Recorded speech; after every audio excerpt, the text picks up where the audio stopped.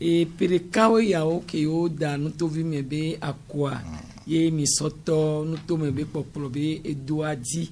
do akoya on gba depo edidi nto e tutubun e magbon be o baba de ye de vieux pato wanyabo dana nutovi mebe akọ soke mi hodoa kaka mi le jakpo pereka lu mi le pereka me yade akonta kayo la tendo na mi mama akperon be yobi be mi akasemu kure du ya ya unti di jogaro nyuna ala be mi am du mi obe chevie ye egbe a ezu commune zone 1 webe canton am enyi ye fofu ye o commune zone 1 ko ibi dama globo pereka ya mi va webe mi o chambi pogomo lebe quoi mi am hachoche mi yobe EPD ensemble pour le développement et me jesi de nous ha que ayi mi po jidudu a mi le conseil communal ama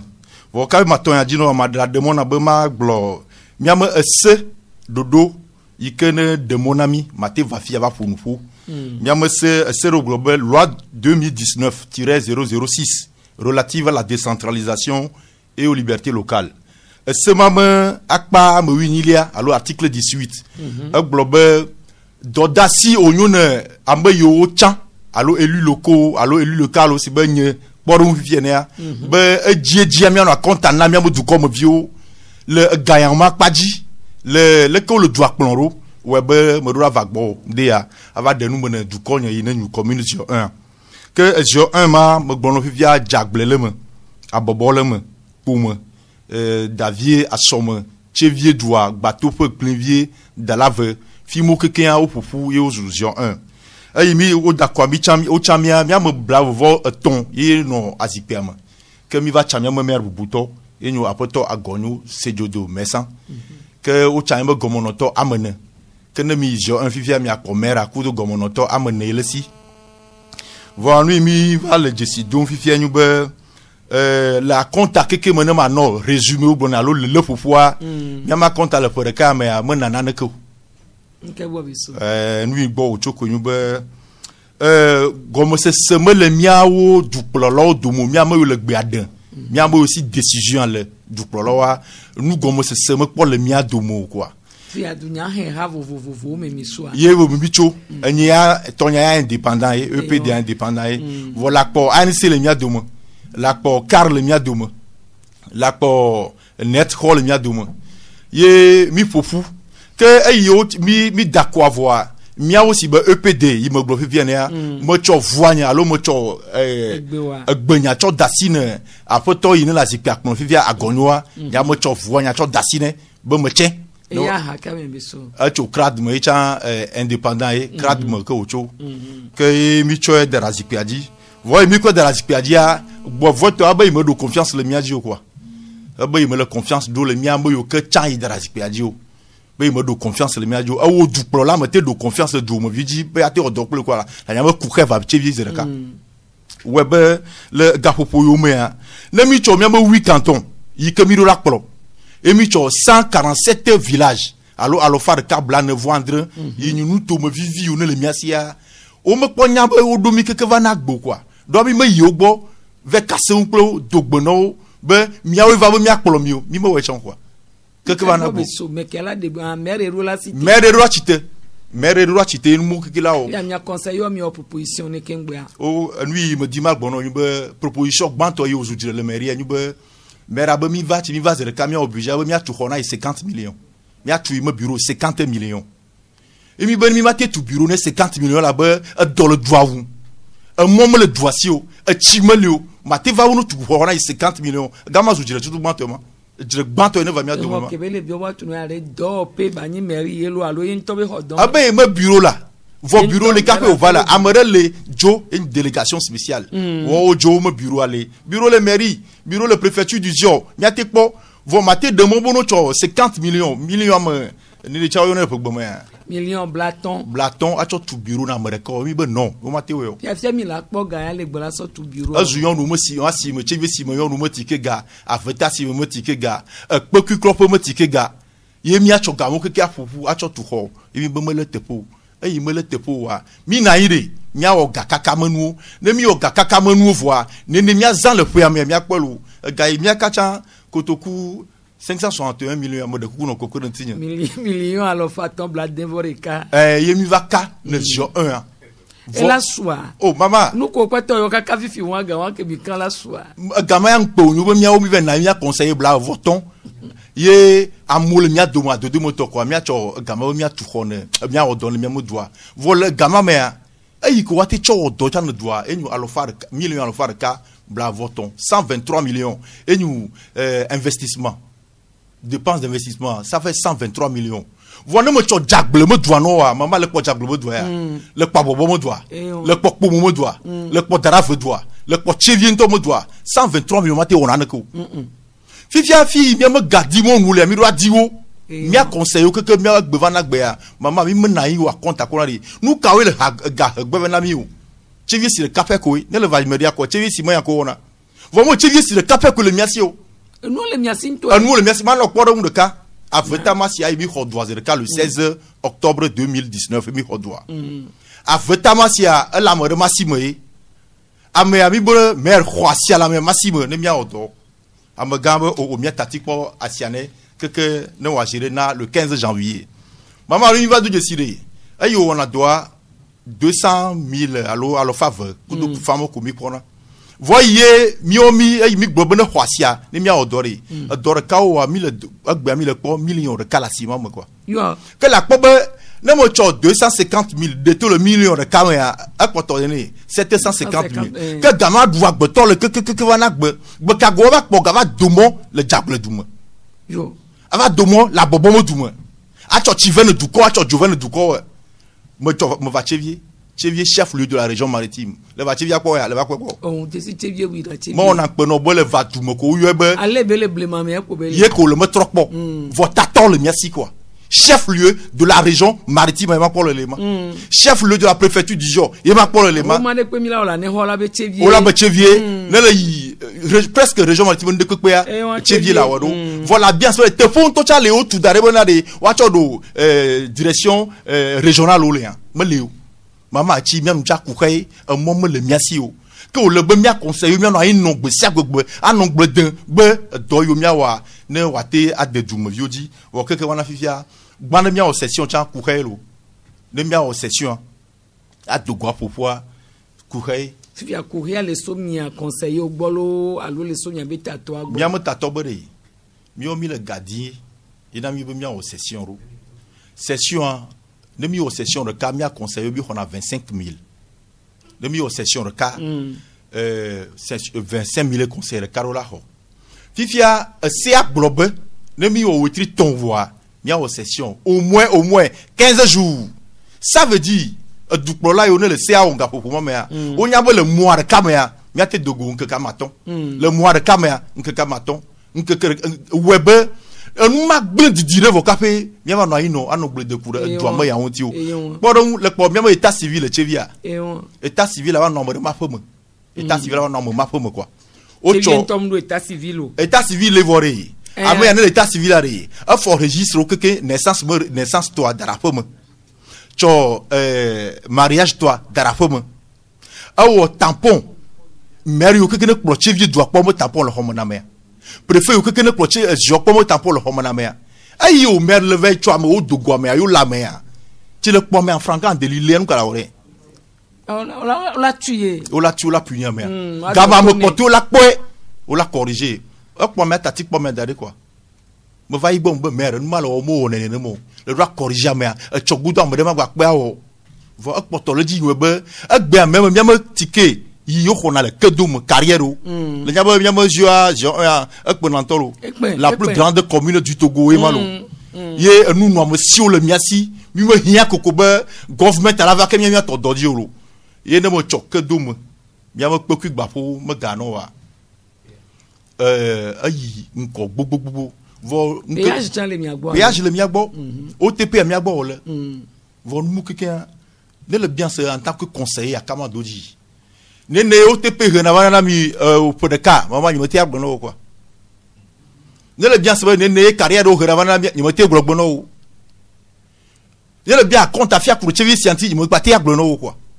gestion me le transparente au moment le kokorami quoi o gbecha wi ma furufo e mbe me le normal o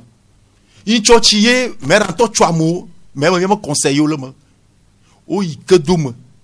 tike yoko sanane titan ma que lo voit 10 roubles 6 roues a mu fabriquer ticket o falsifier ça dit ticket parallèle là o ouais de ticket au moins Timigbe Khodwa le 16 octobre quoi déjà à partir de novembre mi a to fabriquer ticket de ticket ma yo hogama ko koragoma anu mo pe che du ya ho cho gbere gbedu mo zo po gbere gbero e mi am wo wi na re mo che yere ko to gwan to kwata ne de mo di ba gro to go to ya to ayo jagbo ya che vi mo ya kanya che vi plus jo mo ya kananya to go mo ya mo kanan tutu ne le ma ama yo ne le ticket afima ele be mi a doje siwo mama ma doje siwo mi wa enquête ami di ticket gbegblon keke mi ma jo rekaya abo lo ticket na yiko ko rapo mo o wa jo me o to ticket gbegblon ba dasi no le be enquête keke lamu le fo va ko rapo mo alors que trésorerie régionale maritime elle chevier TR régional elle maire chaque pour ma fo ko tiroir mo chon chwa me o jibe ma de ofion o du na de le me ya mama mo to mo falsifier ticket ago mo bo du le mo cho go den quoi ya go me ma fifia yo le ne ma amu no wo ticket a le batati po dar que doit me ou le ticket ça ou que le contrôle ou que le suivant le cas o mianya bien conseil mianya gba fifia ba fiafio abu poto le fiafilo alo poto le fiafimo fiafimo le na fiafio de aha et navi go na de no your conseil mi ma compte à le zéro un aya mi ma gestion le chevia ça dit 21e siècle millénaire elle est catastrophique 21e siècle mi ma tino gérer commune un grande commune le Togo no mo ta kuka e 2000 fifia me di ma kotoji ne chevie to le jo un to jagle to beno me pere mianti o wa enu lagle ya nuka wa la ten la so pere mianti mama ma nyin to yon ko choko nyu conseil ore ame chame ame ya ne chama amo ya odona yi ne do mo nyu mo wa du comme vieux la pour nous poe anu yi to go vieux cha on a souvent re ne nu ale gbegble mi le gbon ale be ya oli wa chuwa wa zipi anu la gbe ke ka 5 milliards ka ko wa no gbon yo ba to gbogbo mama no podo buruka ko di mano ma ko yon susu no quoi na ma para et tikpi va du yamre mi a poto tikpi ma va du yamre a to me mouvement di vivi a mo minimiser o minimiser tikpi mo no kekeke on ko egbo o bo gamo le si o wa mo noye be ti ona na ko le polu va joya le polu jo mi a to mi mo kumoye ka po va corriger anu blevo ka po va corriger ga mo chu wa le be ya o be nwa mo no mo nyo be gamo la si nyo me ya plus ya gbo to guma plus ya o créer dare be nana de jo wa ko me ya plus ya gbo cho document ya cho yigbo be nu le gbegble le meria mi va corriger ce cas o mo kanu demo que va na gbo mo le yo Togo mo jidudwa surtout bien mo ministre administration territoriale no gere chevier doma no wa gere commune sur 1 wa kpora bana de doma o mera le ya meri ke be mo do confiance le miajo vo miajo we cho daragama ne mi mo do confiance le jo mi cho ya ah oui ma sœur ne mi mo do confiance le mi te cho e mu ke imposition ko 21e siècle a imposer nous ko darigba chevier do kuke quoi sur 1 do kuke ina mo vendre ya ga vivi ko mi temu le kware le ke mi le wo nti dodo le doka kudo do comme so le wo ma ka se wono kana masana votola ministre de l'administration territoriale le 6 avril passé a combien de budget que ba on peut nous kokoye ba ma jamio le second me vont ba nyalo le conseil ma gapelo e ko na ke ko ba chogbe dia mi gba pomo la sangare que le mairie mi ma odore ko mi ma odogane ko chogbe afokumi atu no dolo indemnité session to yekomi azan que fonctionnement joti chichi lumoa yekomi atu bo que pe am mi le fia o le ba ye ministre blonenema que tadoji susu kamia wale be ya ale be 8 canton miacho miakora be gadibo nu kawi le miasia e miato didi wale be ya ayo consultant ro si be GZ to tongbena si be ma programme Prodégol GZ ou lava ye ou la pe de miati cho fifia kekena au mois novembre mea mianya jagle menu no mesi le miasi mianya pomo menu no mesi le miasi mianya bobo to ide le miasi mianya bateau pour le miasi anya chivito webe budget mia au son l'année 2021 à site 30 webe watia de mon ami be miazanga webe de le mia meria fifia nan que me le mi le on mak pa lo mama ni mate gblon be do gbagbe de que me le mi o mo ya ne nya conseil o mi site kwa mi be na yi pora mi no ka gba na me de mi ayi chave na ya kpo mi no o me de mi ayi wa de mo mi ayi me kpo mi no o par exemple ne mo no kpo ya fifia merbe mia be ne mi le va concession be gadi mi le voyez toi aduna 556 800 par mois. Ça dit de moi tu as un salaire à 330 000 là. Tu as une indemnité ou triple nous quoi va 556 800 et meraduna par mois. Multiplié par 12. Alors de donner mon budget moi. Il y a là on ne ma. Vous bien mi gba na mi on do. Mi gba combien 25 000 francs. Alors normal. Ben il me do confiance mi ajo. Vous mi aweche par exemple nya akama do diaspora o d'accord na me 2347 voix. On ponto. Me kpɔ gbogbo ɖe ŋutɔ aya yi be du ade yi me ha Amérique ma nɔ ame si tɔ yo enye pauvre ya gblɔ le be nye pauvre aɖe me tsɔ pauvreté nya tsɔ dasi de monsieur agɔnyo be ne zu mɛ tsɔ dasi de ma joint be ne va me tsɔ yo da ɖe yena be ŋku nye ɖo anɔ gestion me le 13 janvier passé a me yɔ dukɔ tsevi dukɔ zɔ dukɔ be mi da kɔ nɔ président fort be ye que la te zɔ mia kplɛ ɖo ne nya me yɔ tsevi tɔbolo da kɔ nɔ fort me yɔ zɔ tɔbolo da kɔ nɔ fort ne do agbegbe ko ma zikpi yɛ.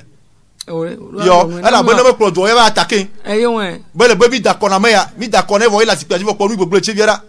Ne ma zipi et dunya la gbagbon. Ouais be me doit chonku à nos gestion me ponga siagama. Me le de coucou de ministre abona no gre chevie duma. No a combien me mairie a me agbo. A me yoke komi ko dare miagoa ne a me mativa au discours. A me mativa funu du ko ne me blokori. Le nya lui me gbadi ma glono wa.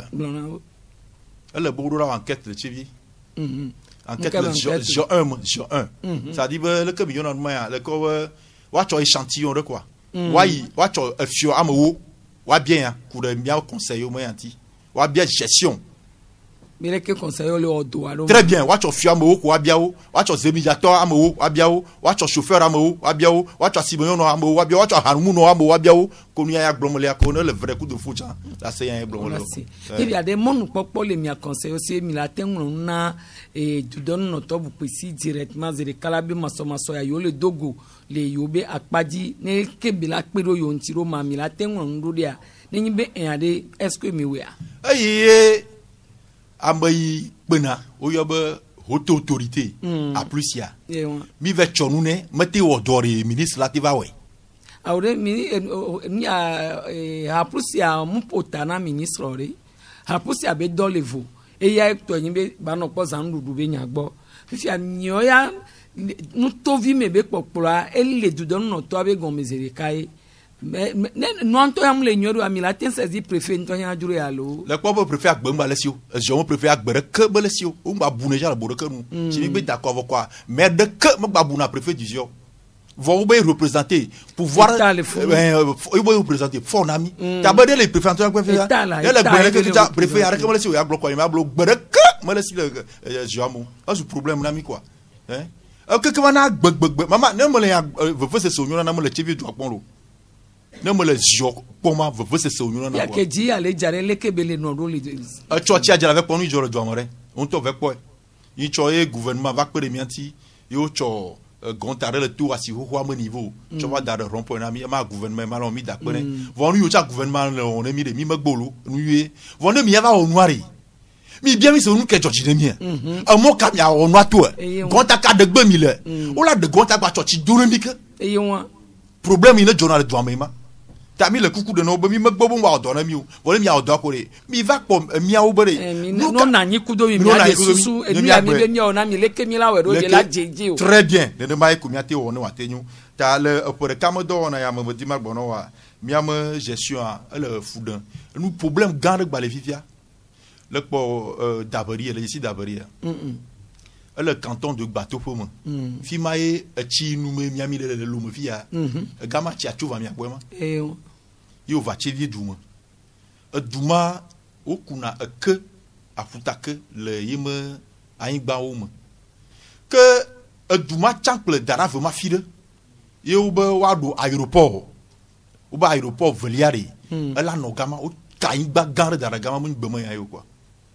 fifia o va do si le yo mo be aingba ya oka aingba mate cho avion ça dit que nous on a aingba mais o étude okpo be no do aéroport gama ma demiadio ko tro kwa no cho yi à Rave kudo kodjome niveau ma pour le même canton ma quoi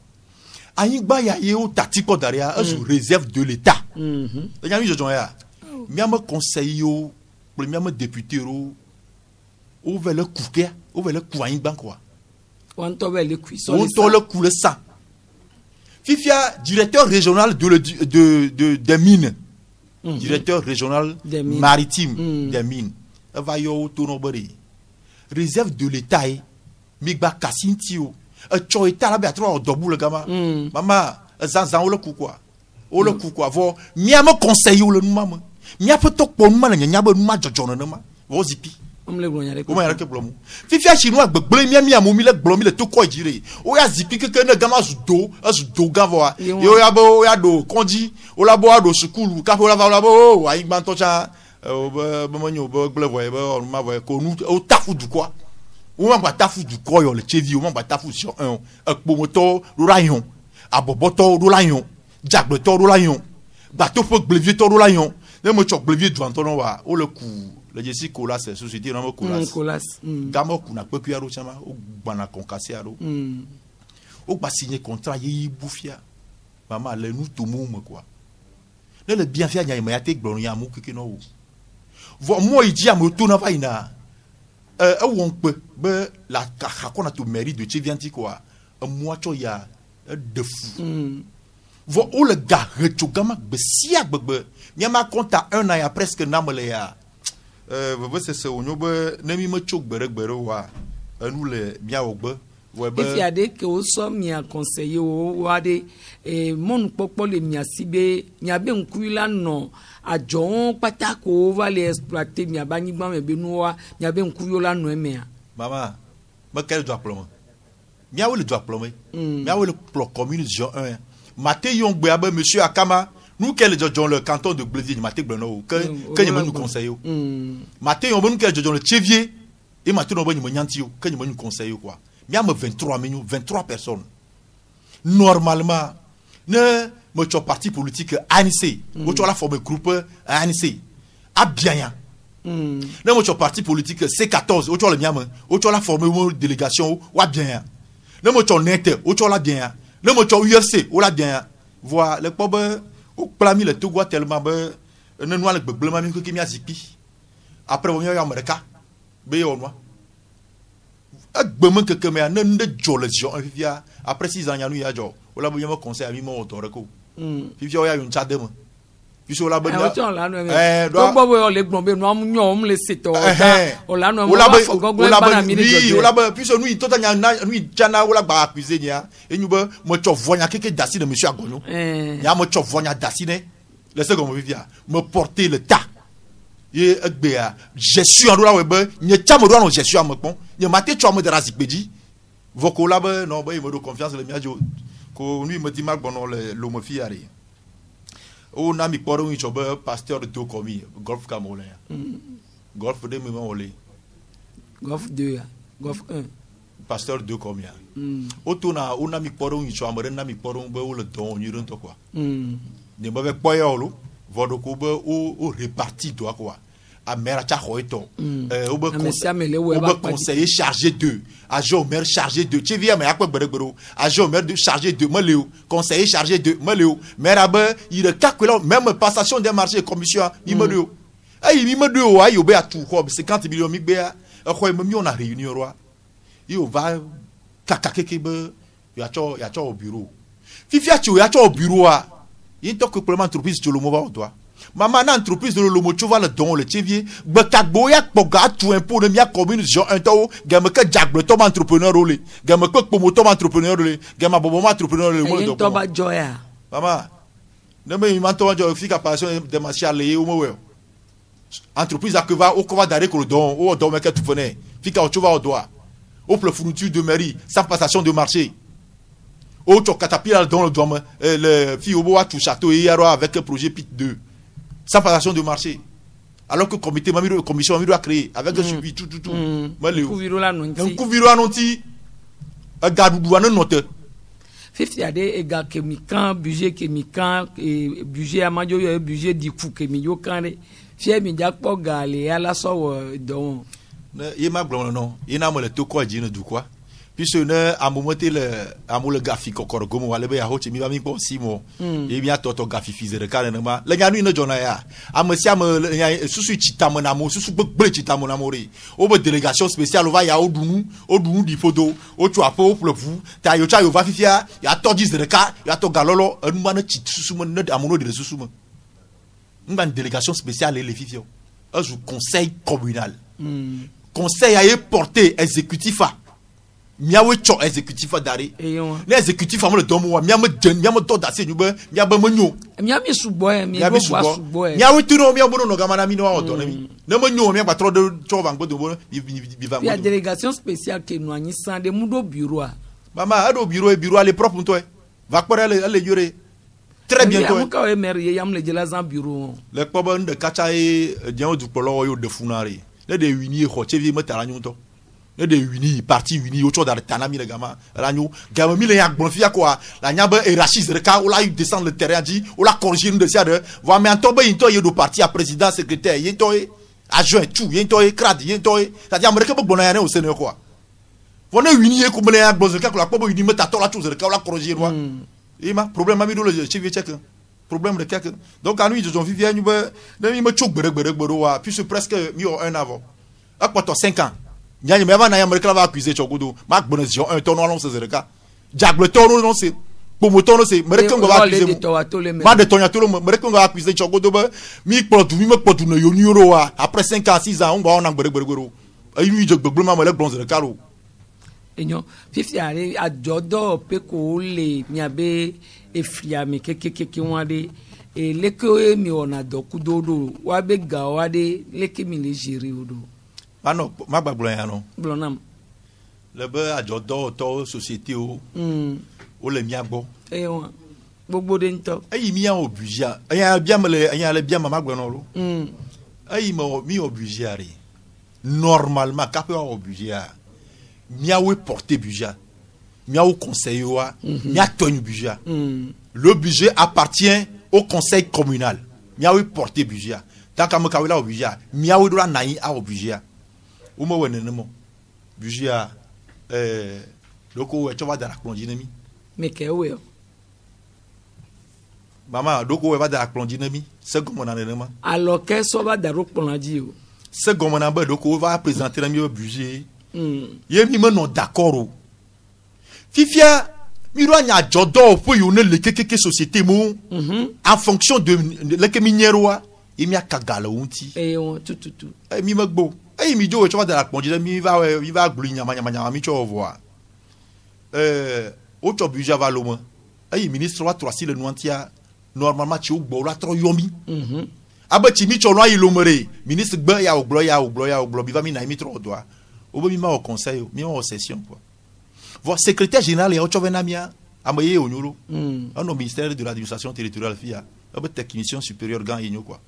ça dit qu'il maîtriser il doit ne SG il peut maîtriser do au doji le ministère au quoi dans miagol chevia normalement chevia me commune à modèle la seconde via le commune porteur amolabo mi va strong le chevia là amolabo mi va plan le chevia tokbo là même à partir de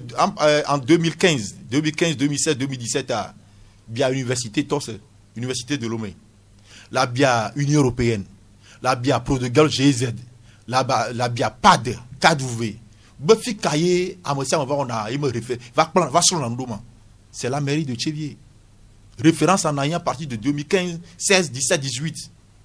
Comme on donne à le gamin web on manami agbeme keke me ayi nye menya société yo keke ne lewa mama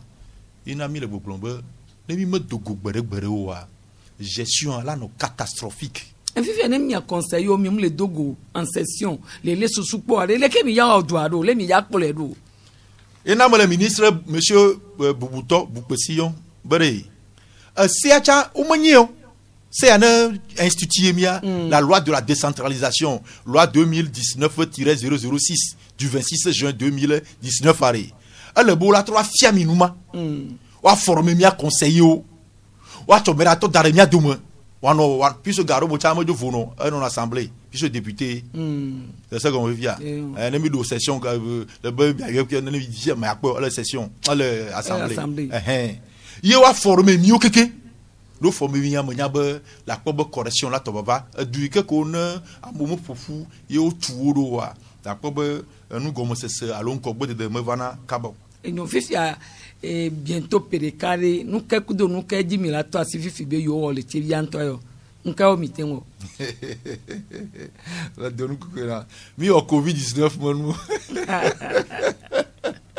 cash ne ba kudo dispositif de la de me akoya mi o covid-19 o amoro ba na mi me na mi o covid-19 monu ya e la ko covid-19 monu tete ya la ko Roberto Cam fe kudo a cyclone mo ve le gendarmerie plein commissariat mi o ma mo comité o tutu ma velia nka chani ba o chanya a meranto tro jira mo bureau que a de moto la ko cha ba cho ho mi cho na réunion cho bureau nka mi ba mama nous tout ami o faire me ti ya do no agbo no faire mi o ya ko melew ça n'existe pas lo mi mo ne gbe po ne mi we a la tempo be yo we e ko mi wa mu yo gbon ni mo de ko la kaka perika ya ni mo de ko ya ne mi wo no are ga ke mi kan re jo ti go mi na nya la bien c'est mon est-ce que mi le po ganton normalement me le gbon be ga mo ko do ke samo mi le po ne ma ina be fi mi la va fi fiare me dit ma blon ya ganre la se blonam ne nous le beblema a me ko janero mi be mi ajrero yi mi be mi adonwa do a me yo la tekpe de mi anti no la doroa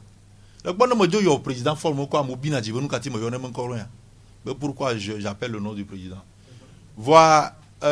nous me va yo tu vite bo mi no dakone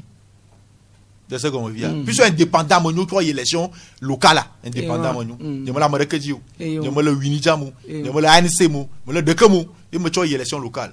fifi il va gagner élection présidentielle me gamea ayo zubo mi tu me reporter le nyama mairie ma zipi adia monsieur Agonyoa abe il soutenu président fort nyama ti zipi po apoto ni bubuto Agonyo ano soutenu fort et ma be de kan no yimu ye mo no ngbodo mo ne ye mo perenti ye mo do l'UCC Micho président fort d'Azikpiadi no lanyo manibo de me le yon les interpeller en tant que me le boumou quoi me cho boubou bobo nyenye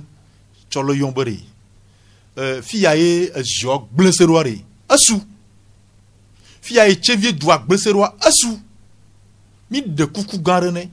be chevier chef lieu de la région maritime me sople dwo notre virelo Capé Watroya, commune Zio 1, il a Dje, Capé Amokeko Lakbo, ne va miabo, ne va doit monoa pour doigbo, ne doit nous corriger.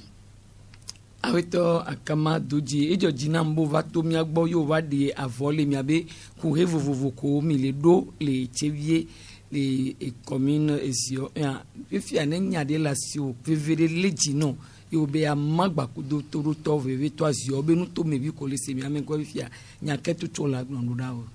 mama akpe nya gan yi maglono Zio to Zio 1 commune Zio 1 car on le Zio 1 yo ma mo nya na fi yo nya ma territoire ma délimité Diagle Poum Abobo Dalave Davia Somme Chevier Blevier Batofo le village où lui coquin à moment que me le yombe surtout chef canton au chomo pour que wazipi pour dari me le yo banto on chef canton mon bon on a croisé le black ka précise encore au moment de que ne yo moment me le bote po au le chef canton wala nous coule tout me la doua me nyaya que le zipi pour me bien que chon chef canton no cho chef du village no cho CDQ, CVD, onocho. Asimoyon, nocho. Zemidja Koulon, nocho. Joake Keneyon. Chevier 1. Alors, commune Jean 1, yon. Plus sous yabe. Nous, il yomoa. Nous, va bien les mairies. Yokeke, il m'y a au doigt. Magba, on vient me conseiller. Non, vigne, faut nous conseiller. Tony, nous, plus en mobo, toi, au Chiounia. Voilà, yon, Tony, au béré. La 2000, la 3000, la 100 000. Ak benou popo. Nous, voir d'où le pauvre le nous plein du yanti ta mo nyubo cho 100 millions ko la zikpipo me de kuku amoyo keke o le nu zina bungba pour ko no le gbegble vo zikpia tu conseil mo no yon bo yo no chevito shoto keke be no dugbera na mawu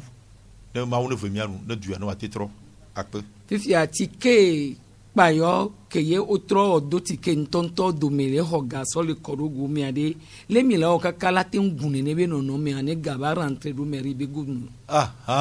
maman on sait qu'elle nya kama doji espoir ici en tant que conseiller et maté lame maté enquête gamme que procureur le doisi gamme que gendarmerie nationale le gamme que a plus ya yi odo bonno do male e mo choma da sina plus ya mo do maman nous kanya maté o vivia donc ma doli si ba ya tombe do mele na akotoji puis so nyima ya no te ba va sur 500 milliards bokapé no wa no chuchulenti o le second vivia donc à nous comme a gloko nyima a plus ya mo ba wek puis so mo nglo ma darek bo gamme directeur président to da bocha a khonyu retour na ba tu as fait du bon boulot tu m'as dit tu as 10 000 francs d'assine na ba ma kodo ma khocha tu de moto o no yelo won nyumunya la ke wo vo ma kodo hu no hu no ti enya mo si be chu 10 000 francs re aji ejo mo cho do vana yi ya o do adenti la ko ke kon ti la ko ke vana gbe a mo won mare ke o po be ne le ne o do na nu me kuku o la no enquête le nu gome kaka ke ngbo we la ba de to mama mo di ma bi o se ne le gama la je do fifia ye o do bu ra pogbo kaba ko no wa o je si ka a wo scanner no ko a que wa noter que après un mois ne scanner a glodo la jira do gbela ba we na mi a cha ce problème de Togo donc il y a didi game que mi cho doma dasia o la corriger nous ne ba le 20 tolo no ntiri ambe o ne fifia o poto le que do am quoi odola de odola do wa we nu en ma gestionnaire ça dit o le satikia o que le suivant o que le contrôle be ka américain to gbele wonu o pata keke wo pa nya be egongongo de la fide très bien donc problème va ne le miajiema akpe troto veve aweno awito mi do akpe na be mi no kudomi e mi si awito akamadoji ameke yin conseil municipal les communes doji espoir mon popo et Chotevier les ziobe commune ame et va de nous mena mi gbekuro maso ke we o le dogo do minyabe ntovi mi ba kwa brena mi sambe ongba depo kaka de viron tom si no anto apo wa délégation spéciale pour va po wa e va le se maire egbe le se conseil municipal egbe wa le ke nom le de zono nom le yido wa e jibe ba konu le ya pan don ko jina be ne pour nos kusugare kakufa pasteur Edo comme mouvement Martin Luther King la voix des sans voix et mila ho ne le ke wa ho le wa be nu to via me be popular do ma se le cha yegbo